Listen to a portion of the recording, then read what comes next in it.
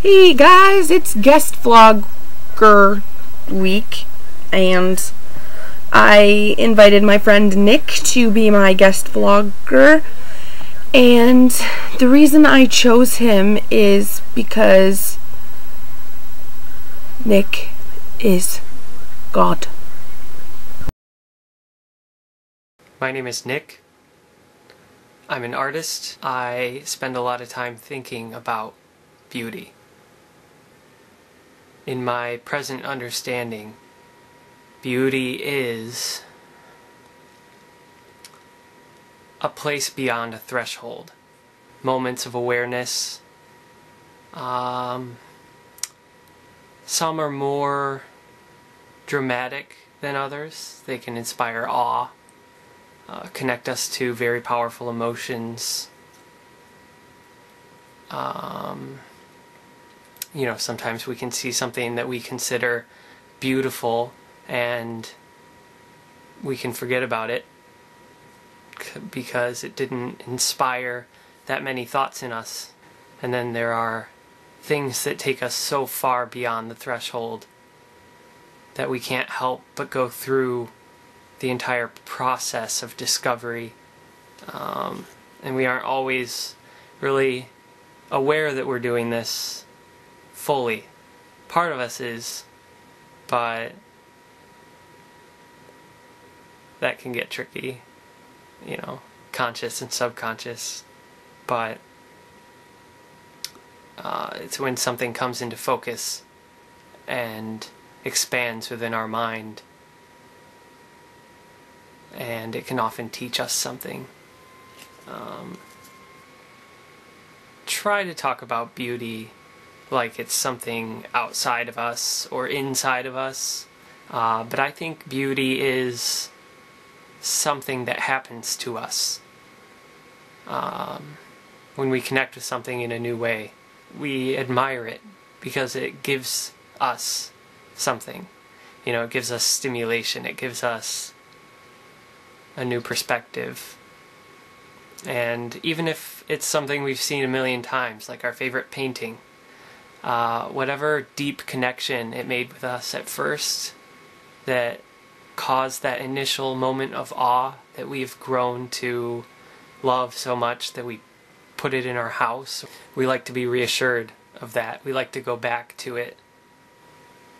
We've been brought up to say that something is beautiful when it causes us to experience beauty through our visual perception, but the experience of beauty transcends visual inspiration. Something can smell beautiful. We can get a whole blend of experiences of beauty, not just visual beauty. We experience the physical effects of being exposed to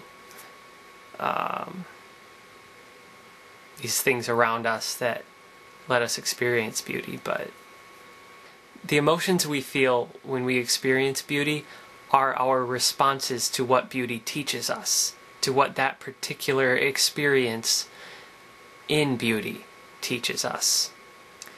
True beauty, like beauty that exists whether someone perceives it as beautiful or not, I don't believe in that, because beauty is something that happens to us. It can't happen without us. It's an intimate thing. It's something personal. It is all just chemical reactions and that, but it's something unique to the consciousness. It's not out there waiting to be seen. Everything is beautiful. Everything. You just gotta want it to be. You gotta be ready to experience it as that. when we don't want to see the beauty in something because we want to keep it away from ourselves. We want it to be separate. We don't want to admit its effect on us. We don't want to be influenced by it. We want it to be ugly. We want it to be gone, out of our sight. But everything's beautiful. And that means everyone, too. Which includes me.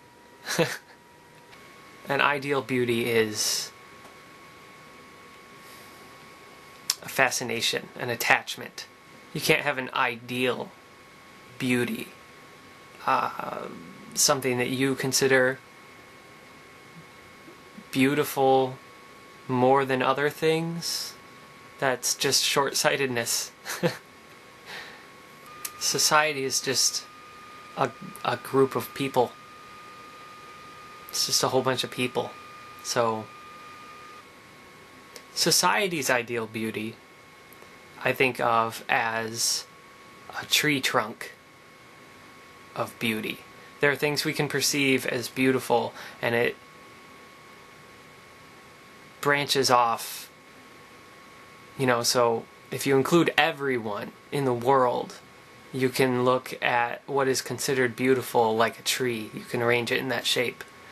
And you can see some really weird stuff, and the further you go down, the thicker the branches get, the more people say, oh yeah, that's beauty, that's beautiful, until you get to the tree trunk, that center part where there are no branches, where everything is all the same. That is what society deems an ideal beauty, because that is the most basic form of understanding beauty that there can be. When society sets standards for people's physical appearance in terms of beauty, it's our genetics trying to remain on a specific course. And of course, anyone who has the ability to branch off of that and explore other forms of beauty is often considered an outsider. They're not one with the trunk.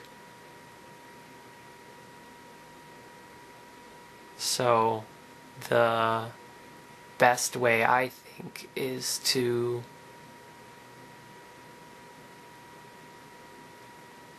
just be as much of the tree as you can. And then the trunk people will like you, and the branch people will like you, because you can go anywhere. You can experience beauty in anything. And then when you can do that, you can relate to everyone. No matter how strange their view of the world is, or how they've been treated. If you can understand beauty in everything, then you're going to be able to relate to everyone.